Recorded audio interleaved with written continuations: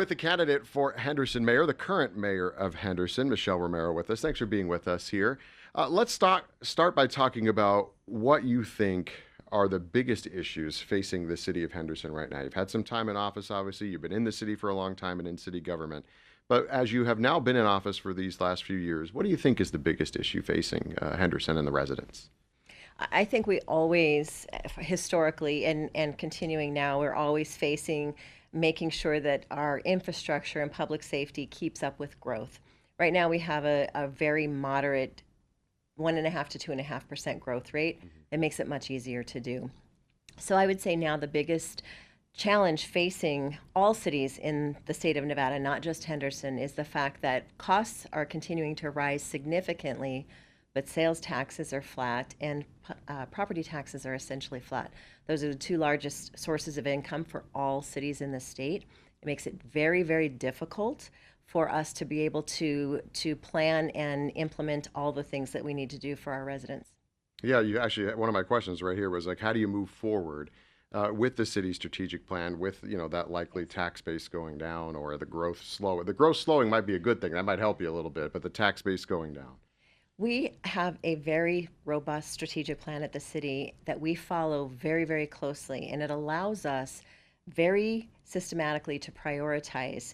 And so we know exactly what is a need and what is a want, and we're able to prioritize and put both of our funding and our resources behind those things that truly we need to have for our residents, and then lower down the list we can prioritize those things that would be nice to have. So it makes it a little bit easier. We've also planned for decades for the future so that we have very robust financials. We have very good rainy day funds and a very strong stabilization fund for emergencies. Those are only for emergencies, but they're there and we have them ready to go. Hopefully we'll never need them, but we have prepared just in case. I was looking at your website. You have on there smart, sustainable growth. So what does that look like to you with the job market and housing and everything? Everything. We again in the late '90s and the early 2000s, we were growing at double digits year over year over year. It was extraordinarily difficult. I was working at the city at the time for 25 years, and it was difficult to forecast what that growth was going to look like and be able to do enough to keep up with that infrastructure for roads, for water and sewer, for our public safety. That level of growth is very, very hard to keep up with. Because we cut our teeth on that, having growth at 1.5 to 2.5% makes it much, much easier. We have been there and done that, and we're able to prioritize and put the resources where we need them to be. We've also been very strategic about how we fund. We have a gold medal for our budgeting. We are balanced. We have a balanced budget, and we look at what can our current situation handle? Where do we need to make cuts? And we make those hard decisions if necessary. At the same time, making sure that we are caring for our employees, making sure that they are making a living that is sustainable, and making sure that we're looking at all those things that keep our top priorities of quality of life, public safety, education, all of those things top of mind and top of priority. Housing is an issue, of course, everywhere, and affordable housing is an even bigger issue. I know that there's a lot been said about the types of housing that are coming into Henderson. There are a lot of nice apartment buildings, nice houses, and whatnot. How do you bring in affordable housing into the city for, like you mentioned, the folks that work here and want to live here as well? There's a few tools that we can use. We actually partnered with the governor's office and helped him on the housing bill that he put forth in the last legislative session. We were very happy to see his work there. He was very successful in doing that. So there's tools there that help offset costs to developers that then are passed on to the developer and have to be passed on to the end user. There are federal programs that we use with our BLM managed land for SNPLMA funds that can be we're a pass-through, but it allows the developer to purchase the land at a much reduced cost. And again, that must be passed on to the end user, so it lowers the ultimate cost for those who are going to be living in those properties. We're working with residents, or excuse me, with developers. Time is money for developers, and so the faster we can adequately and thoroughly review plans and make sure that we're working in cooperation, making sure we're getting the quality we need, making sure they're meeting all safety regulations. The faster we can do that in a consistent manner, that saves money as well, and it drives those costs down. So there's multiple things that we're looking at, but we're not just looking at the costs of the housing. We're also looking at education and making sure that our residents, from the young kids on up to those in post-secondary education, are have the tools available to them for career paths to make sure that they have upward mobility, that they have good paying jobs, that we are partnering with those companies that are bringing jobs that pay a living wage to the residents in our community. And so we're trying to get it from multiple directions to make sure that we're supporting residents from every angle we can to help those costs and to help them be able to afford those costs. You talked a little bit about education there. What about the Charter School Authority in Henderson, and how does that work, and how is that helping with the education issue? We are very firm believers that parents should have the right to choose the environment that is best suited to their child's learning needs. And so CCSD provides one great source, charter schools provide another, and becoming our own charter authority allowed us to have a little bit more control about what that looks like, making sure that they're meeting their benchmarks, that the schools are meeting their intended purpose, their star ratings, the outcomes for the children. We also started our own pre-K program, and we've just broken ground on our second pre-K program so that our residents, our youngest residents, also have those resources to help them become ready for school. We know that if kids are in a pre-K program, they have much better outcomes throughout their school career and into the future.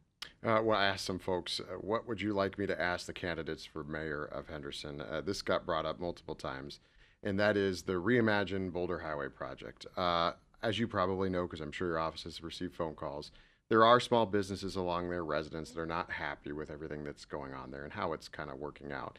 Obviously, that project's already in motion, but when you look at that and you look at the growth that needs to happen on certain roads around this city, how do you manage that so that you can have the growth, but also keep folks happy? I know you're never going to keep everybody happy, but you can keep them happy while you're doing it, and make sure small businesses thrive. Road construction is hard no matter what, no matter how well you do it, no matter how much you coordinate. And I will say that our Public Works team has worked with a third party that has communicated and worked with the businesses up and down Boulder Highway to a degree I haven't really seen in the past. They know when closures are coming, they know diversion plans before they happen. They're able to communicate that to their clients and to their customers. They have done a really great job of making sure that they understand what's coming up into the next few weeks. That being said, that stretch of Boulder Highway was the deadliest road in Henderson. 25% of all of our vehicular fatalities happened on that stretch of road. We couldn't allow the current configuration to happen. But it's not just a road improvement. It's also, we had a very big problem at Sunset and Boulder Highway in that area with flooding. So $40 million of that project is just for flood control to help that area. The rest of it is safety related with reduction of the lanes. Putting the buses on the interior lane will remove them out of the traffic flow, so it speeds up traffic in those two lanes. We have a much shorter distance that people, especially those on foot or those that are facing mobility issues, much shorter distance to cross, and they only have to cross halfway. Before, they had to cross 6 lanes of traffic and a very large median going one way or the other. They had to traverse the entire roadway. Now they don't have to do that. So one of the things I've heard from candidates for mayor, from others, and as somebody new to the city, that there's a lot of drama that has gone on at City Hall over the last, let's say, year or so. How do you move past that when people continually bring it up and they say that's a reason why they might want change? I would say that gets greatly exaggerated. There's no news story like a salacious one. You can't win the things that we have. You can't win the Malcolm Baldrige Award for Excellence, which is extremely difficult to be awarded. It's the highest award in the nation for performance excellence. Henderson is one of only 5 cities to ever have achieved that award. We have the gold medal for budgeting. We have each of our departments are fully accredited and are receiving awards year after year after year. Have award-winning parks. That cannot happen if there's chaos at City Hall. We have a very structured way of doing things at City Hall that takes into account residents' opinions, takes into account stakeholders, and then we implement the plan like we have promised we are going to do. It has resulted in one of the most transparent governments we've ever had. We had 88 meetings outside of our official city council meetings just last year, making sure that our residents understand what's happening at City Hall. We put our checkbook online. We have added about 4 parks just in the last year. Over and over and over, we have received accolades. We survey the residents every other year. The last survey we had last year, our city, which is compared against cities across the country, ranked 40 points higher than the next closest city of our size for quality of life and bang for your buck. Again, that doesn't happen if there is chaos at City Hall. How do you grow the jobs in the city? I've talked with the mayor of North Las Vegas, and out that way they're really looking for manufacturing and jobs like that. And I think when COVID hit the Vegas Valley, everybody realized, wow, we might need to diversify a little bit here because we're so into the hospitality, and if you don't have people, you can't have the business. So how do you look for companies? I know Haas Automation is coming into Henderson. How do you look for companies that would be a good fit for this area? We have a very targeted strategic plan for that as well. We have specific industries that we have done research on that we know are the jobs of the future that we are actively recruiting. Haas is one of them. They will employ up to 2,000 people in very high paying jobs. But the other thing we do is make sure that they will become part of the fabric of our community. We want them fully involved in our community, not just taking our resources and sending them out of state. We want them participating with our schools, participating with our nonprofits, and understanding what it means to be part of our community. We're very good at vetting businesses, and we've been diversifying for a very long time, which is why Henderson has withstood the downturn in 2009 and COVID much better than many other cities in our country did, because we were prepared for it and that we had done that work ahead of time. We're also preparing our workforce. We have a training center that we have created in partnership with schools and with Haas. We have partnerships with our higher education partners to make sure that we are preparing the workforce for the jobs of the future as well. When you are out and about on the streets and people come up and talk to you, what are the issues that they're bringing to you? What are they? Some of what we've talked about, is it affordability? Is it construction? What are you hearing most from the Henderson residents? It's always the same top 3: public safety, education, and traffic. Those are always the top 3. I will say with public safety, we are at a point in our city with our new chief that he has created an environment that we are getting record numbers of recruits to our police academy. We just graduated the largest class we've ever had and just started a new class May 4th. It's even larger than the last one. By the time this graduating class is done, we will have a 0% vacancy rate in the city of Henderson. Unheard of across the nation. The average is about 10%. That was probably helped, I'm sure, by making the deal with the union, higher paying jobs Yes, for the yes, we've closed both union contracts and given them a very robust contract that is beneficial to both them and to us. It's responsible for us and good to them. We're close to our negotiation being finalized with our fire department as well. We have very good relationships with all of our unions, and we try to work very closely with them. We have more officers on the street, so even though we're the safest city in America, one of the safest cities in America year after year, our crime rates are going down in every category by double digits. So we're even safer than we were before.